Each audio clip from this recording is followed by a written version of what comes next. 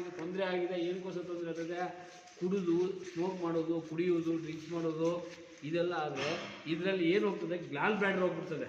First ಗ್ಲಾಲ್ bladder ಹೋಗ್ಬಿಟ್ರೆ ಮನುಷ್ಯ ಬದುಕೋದಿಲ್ಲ, ಸುತ್ತೋತಾನೆ. Liver damage ಆಗಿದೆ. ಡಾಕ್ಟರ್ ಹೇಳ್ತಾರೆ ಏನಾಗಿದೆಪ್ಪ ಇದು ಕುಡಿದು ಕೆಮ್ಮು ಅದು ನೆಗಡಿ ಅದು ಬರ್ತಾ ಇರ್ತದೆ, ಜ್ವರ ಬರ್ತಾ ಇದೆ, ಏನಾಗಿದೆಪ್ಪ ಈಗ ಅದು ಚೆಕ್ ಮಾಡುವಾಗ ಈ ಲಿವರ್ ಹೋಗ್ಬಿಟ್ಟಿದೆ. ಲಿವರ್ ಇರ್ತದೆ, ಬಟ್ ಲಿವರಲ್ಲಿ ನೋಡಿ ಮೇಡಮ್, ಇದೆಯಲ್ಲ, ಇದು ಹಸಿರು ಗುಡ್ಡೆ ಥರ ಇದ್ದಿರಲ್ಲ, ಅದು ಡ್ಯಾಮೇಜ್ ಆಗಿಬಿಡ್ತದೆ ಕುಡಿದ್ರೆ. ಡ್ರಿಂಕ್ಸ್ ಮಾಡಿ ಮನುಷ್ಯ ಎಷ್ಟೊಂದು ಊಟ ಮಾಡಿದ್ರೆ ಡ್ರಿಂಕ್ಸ್ ಮಾಡ್ಕೊಂಡು ಹೋಗೋದು, ಸುಸ್ತಾಗ್ಬಿಡೋದು ಅಂದರೆ ಇದು ಹೋಗ್ಬಿಟ್ಟಿರ್ತದೆ. ಪ್ರತಿಯೊಬ್ಬ ಮನುಷ್ಯನಿಗೆ ಲಿವರ್ ಇರ್ತದೆ. ಲಿವರ್ ಎಲ್ಲಿ ಏನೂ ಆಗೋದಿಲ್ಲ, ಲಿವರ್ ಕರ್ಗೋಗೋದಿಲ್ಲ, ಅದು ವರ್ಕ್ ಮಾಡಲ್ಲ ಅಷ್ಟೇ ಇರ್ತದೆ, ಅದು ಹೋಗ್ಬಿಡ್ತದೆ. ಅದು ಎಷ್ಟು ಅದೆಲ್ಲ ಸಿಂಪಲ್ಲು, ಸೂಕ್ಷ್ಮದು. ಅದು ಹೋಗ್ಬಿಟ್ರೆ ಮನುಷ್ಯ ಜೀರ್ಣ ಮಾಡ್ಕೊಳಕ್ಕಾಗ್ತದೆ. ನೀವು ಊಟ ಮಾಡಿ ಜೀರ್ಣ ಮಾಡಿಲ್ಲ ಅಂದರೆ ಬದುಕೋಕ್ಕೆ ಸಾಧ್ಯನಾ? ಇದು ಜೀರ್ಣ ಮಾಡ್ತದೆ.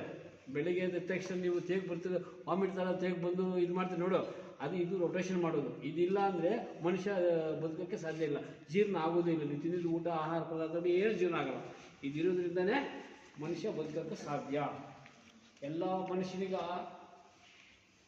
Important, heart important, lungs important, ಮತ್ತು ಕಿಡ್ನಿ, ಇವು ಯಾವ ಆರ್ಗನ್ಸು ಯಾವುದು ಡ್ಯಾಮೇಜ್ ಆದರೂ ಮನುಷ್ಯನಿಗೆ ಡೇಂಜರ್.